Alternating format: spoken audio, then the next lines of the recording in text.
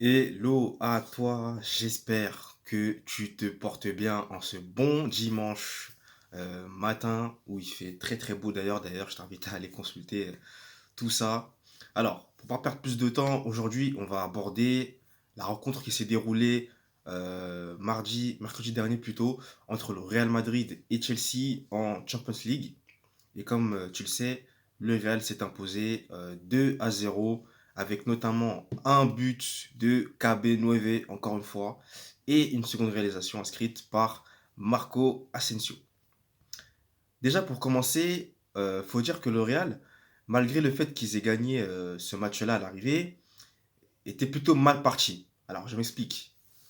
Dans un premier temps, les premiers qui vont vraiment se montrer très dangereux devant les buts, ce sont les Blues de Chelsea, qui auront une énorme opportunité de prendre les devants par le biais de Joao Félix qui manque sa tentative face à Thibaut Courtois, encore une fois infranchissable lors de ce match-là.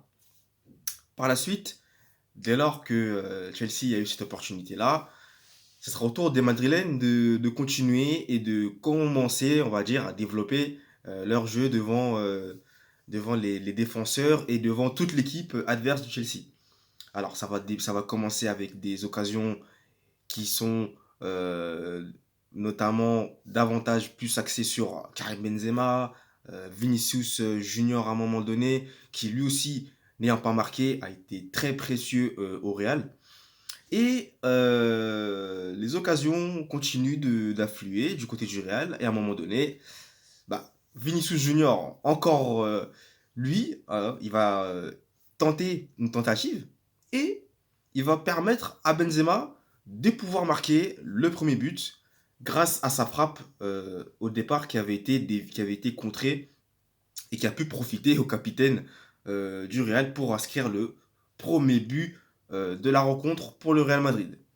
Donc déjà le Real part avec un avantage, 1-0, et est plutôt bien lancé pour continuer sur cette lancée-là. Oula, est plutôt bien lancé pour continuer sur cette lancée-là. Incroyable, c'est le même mot, de, deux contextes différents. Mais, juste après ce premier but de Benzema, le Real va encore se faire peur. Et oui, je te le dis, ils vont encore se faire peur, vu que une minute plus tard, je te promets, c'est la vérité, une minute plus tard, Chelsea aura encore une nouvelle opportunité de marquer. Cette fois-ci, c'est pas Joe Félix, mais c'est Raheem Sterling. Et encore une fois, Thibaut Courtois, infranchissable, parvient à vraiment annihiler cette action qui aurait pu être un but égalisateur pour Chelsea. Et il permet au Real de rester toujours avec cet avantage de un but. Voilà.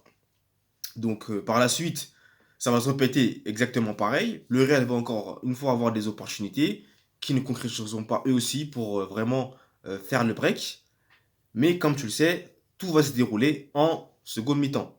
Où là, encore une fois, les Madrilènes vont commencer peu à peu à maîtriser le match, si on peut dire ça comme ça, à vraiment savoir gérer, comme j'ai l'habitude de le dire, les temps faibles, les temps forts, ainsi que les détails qui peuvent submerger au fil du match, comme tu le sais. Les détails sont très très importants. Et surtout, la priorité numéro une, le réalisme devant les buts. Ça, c'est hyper important.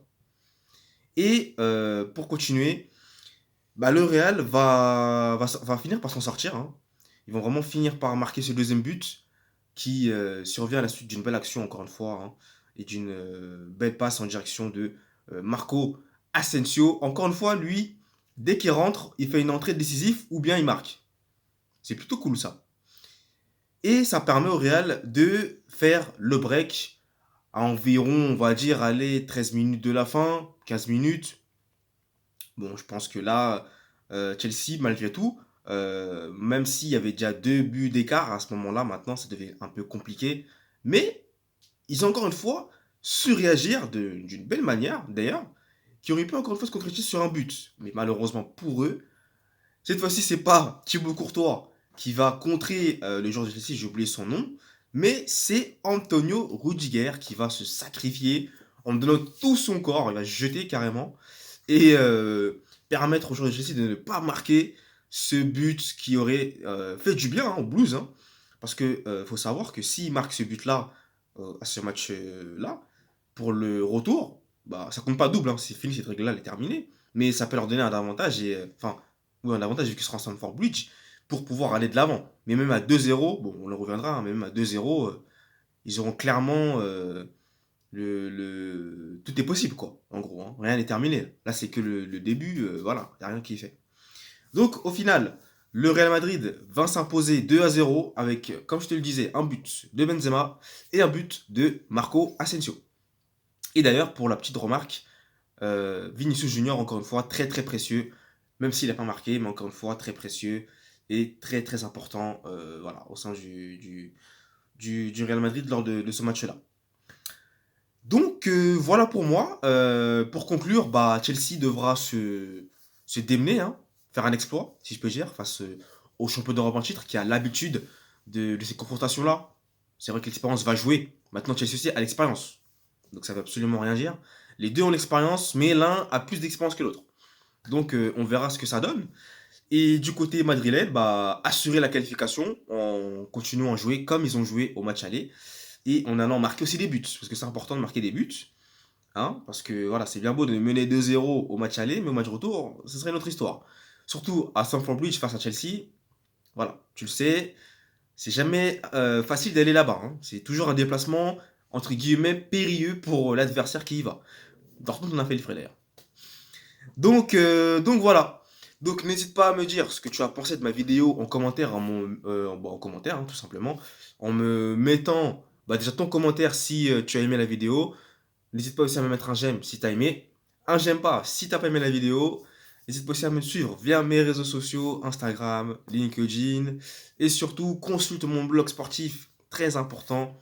N'hésite pas, il y a tout se passe là-bas, vraiment de la valeur. Donc je t'invite vraiment à aller consulter tout ça. N'hésite pas aussi à suivre, enfin à aller voir mon e-book 100% gratuit si toi tu es intéressé par tout ce qui est lié au domaine de la musique en mettant seulement ton adresse mail et ton nom. Ouais, c'est bien ça, ton nom. Donc voilà, c'était tout pour moi dans cette vidéo du bon dimanche. Moi, je te souhaite de passer une très très bonne journée en compagnie de tes proches. Et surtout, ce qui est le plus important, prends soin de toi, c'est ce qui compte. Et moi, je te dis à la prochaine pour un prochain débrief qui risque d'être palpitant. Je te laisse deviner ce que ça va être.